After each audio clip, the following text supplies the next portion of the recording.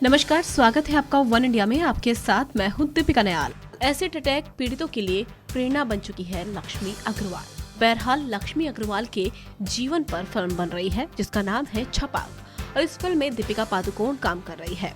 हाल ही में दीपिका पादुकोण ने इस फिल्म से अपना पहला लुक जारी किया, जिसके बाद लक्ष्मी एक बार फिर चर्चाओं में आ गई। यूँ तो लक्ष्मी किसी पहचान की मोहताज नहीं है, लेकिन अब हर कोई लक्ष्मी के बारे में ज्यादा से ज्यादा जानना चाहता है। लोग जानना चाहते हैं कि आखिर उस दिन लक्ष्मी के साथ क्या हुआ, हादसे वाले दिन लक्ष्मी कहाँ थी और हादसे का जिम्मेदार कौन था। चलिए हम आपको बताते हैं उस दिन की दर्दनाक कहानी।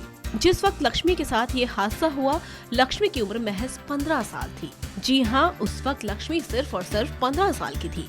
लक्ष्मी के आंखों में सपने थे। लक्ष्मी एक कामयाब सिंगर बनना चाहती थी और इसी सपने को लेकर वो आगे बढ़ती जा रही थी, लेकिन सिर्फ एक ना ने उनके सारे सपनों को जलाकर खाक कर दिया। उसके बाद लक्ष्मी की जिंदगी पूरी तरीके से बदल गई। दरअसल दिल्ली में जन्मी लक्ष्मी पर 32 साल का नदीम खान नाम का एक लड़का फिदा था। वो लक्ष्मी से शादी करना चाहता था, लेकिन लक्ष्मी को नदीम का रिश्ता बिल्कुल भी मंजूर नहीं था। लक्ष्मी की ना के बावजूद नदीम अक्सर लक्ष्मी का पीछा किया करता था। लक्ष्मी ने कई बार नदीम को मना किया, लेकिन वो नहीं माना। लेकिन साल 2005 में कुछ ऐसा हुआ जिसे याद कर लक्ष्मी आज भी डर जाती है। साल 2005 में लक्ष्मी खान मार्केट में एक किताब की दुकान की ओर जा रही थी। यहीं पर नदीम ने लक्ष्मी के चेहरे पर तेजाब फेंक दिया और लक्ष्मी सड़क पर गिर गई।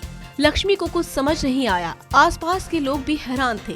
लक्ष्मी दर्द से तड़प रही थी। सड़क पर पड़ी लक्ष्मी चिल्ला रही थी। तभी एक टैक्सी ड्राइवर वहां आया और लक्ष्मी को पास के सफदरजंग अस्पताल में ले गया, जहां लक्ष्मी का इलाज हुआ। एक इंटरव्यू में लक्ष्मी ने बताया कि उस वक्त ऐसा लगा जैसे मेरे पूरे शरीर पर किसी ने आग लगा दी हो। मेरी सारी खाल बाहर निकल कर आ रही थी। मेरे हाथ और चेहरे से खाल अलग होने लगी थी। ये दर्द इतना भयानक था कि इसे झेलना भी मुश्किल था। लक्ष्मी के मुताबिक वो 3 महीनों तक अस्पताल में रही। लक्ष्मी ने बताया कि जिस वार्ड में वो थी वहाँ कोई शीशा तक नहीं लगाया गया था।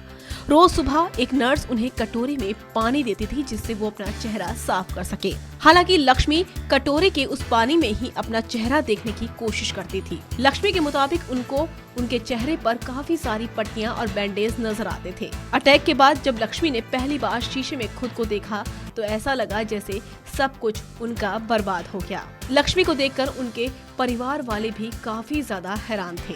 इतना ही नहीं, इस हादसे के बाद लक्ष्मी का चेहरा बोलने लायक भी नहीं था।